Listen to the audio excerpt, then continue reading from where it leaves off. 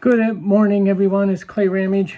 Yes, it's morning. The sun is just now starting to come up. So it's a little early today, but I thought I needed to quickly record this video before I get about the day's adventures.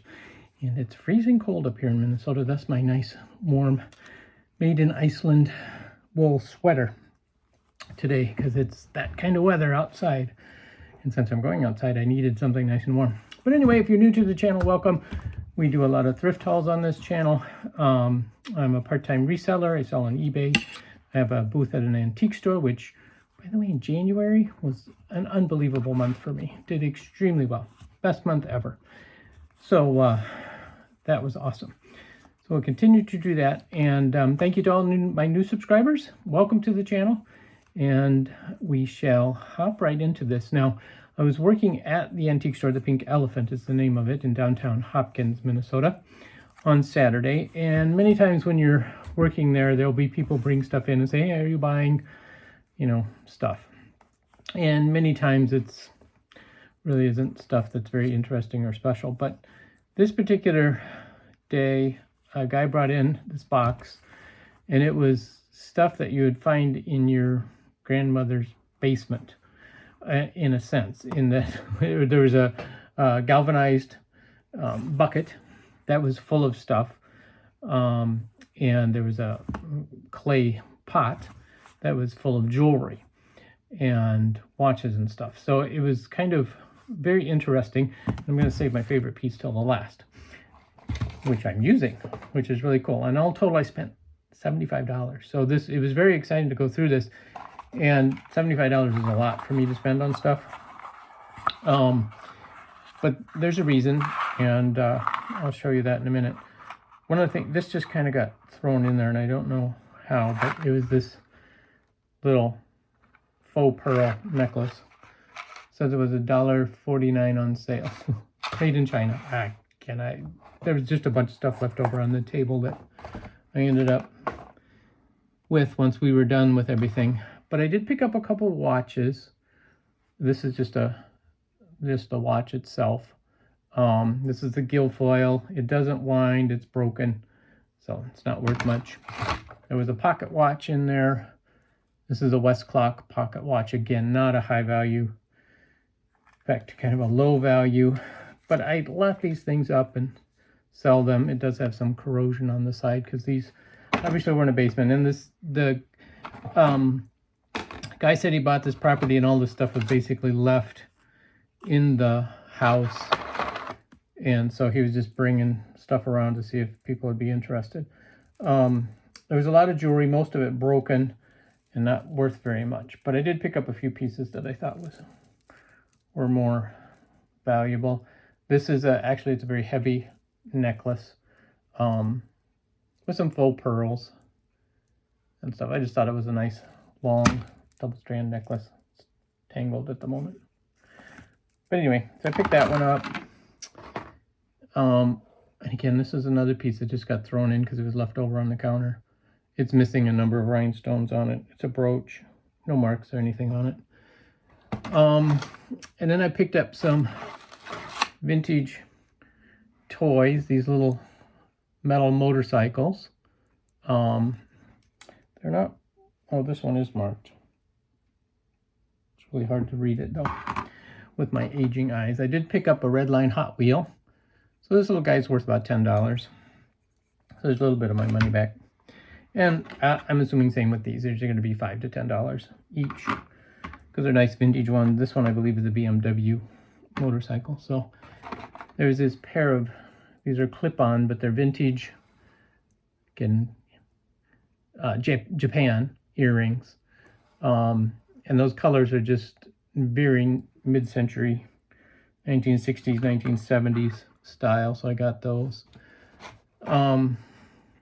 Picked up a little car. This one's a plastic one. So, but again, I just grabbed, I gave him a lump sum dollar for all this little miscellaneous stuff. There's this little cross pin with a stone in it. Now, I've not looked to see if, focus, to see if this is a precious metal piece or not. I don't believe it is, and I believe it's probably just a glass stone in there. But I did, in the same box, was this crucifix, which is 10 karat gold. And it's marked there on the bottom, but you never know if this is on the original one. But it is marked 10 karat gold on the clasp as well. So that was part of the reason I paid up for it. Another one was this all bent up ring. This is marked 14 karat gold.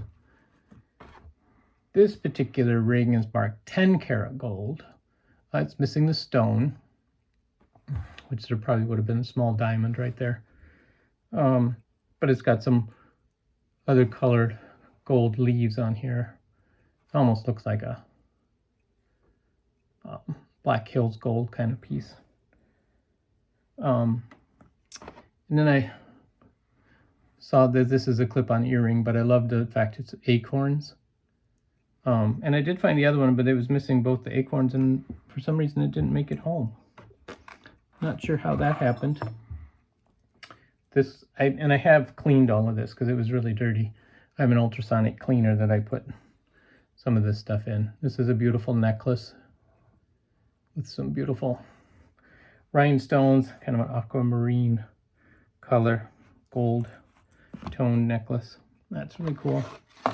There was this little metal plate, just coat of arms style, which I thought was kind of cool. And this locket was actually in this box, which had, things got tangled up when I put them in here, this magnifying glass in it. This is one of those you hang around your neck. And that's what was in here.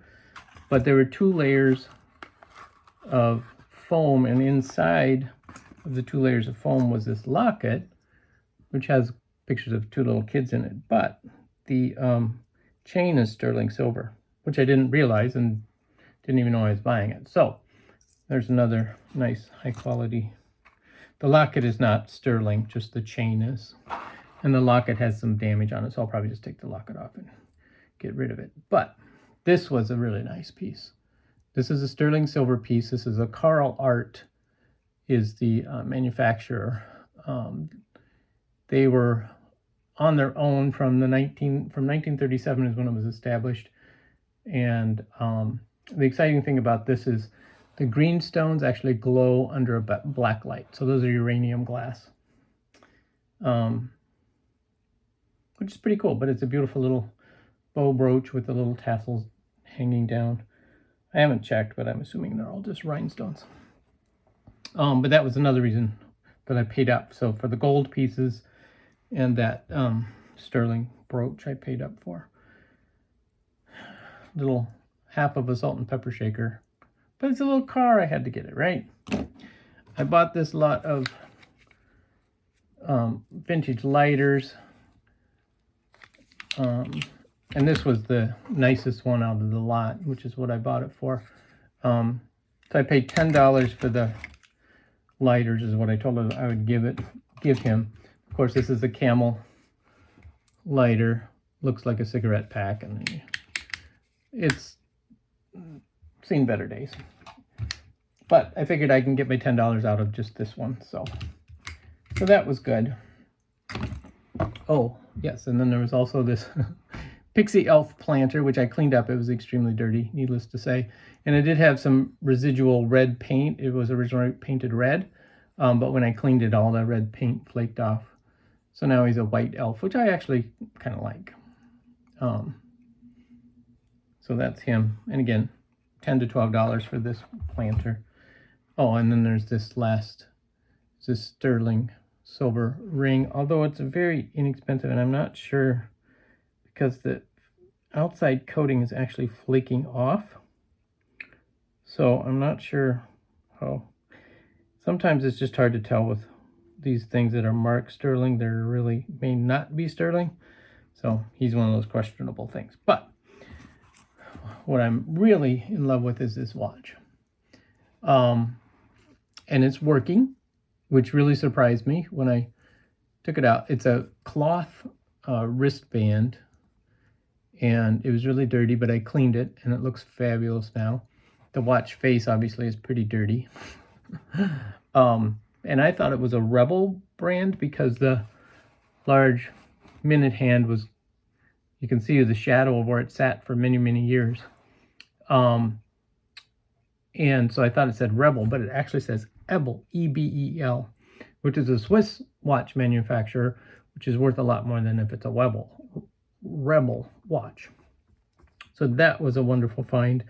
This was probably gold filled.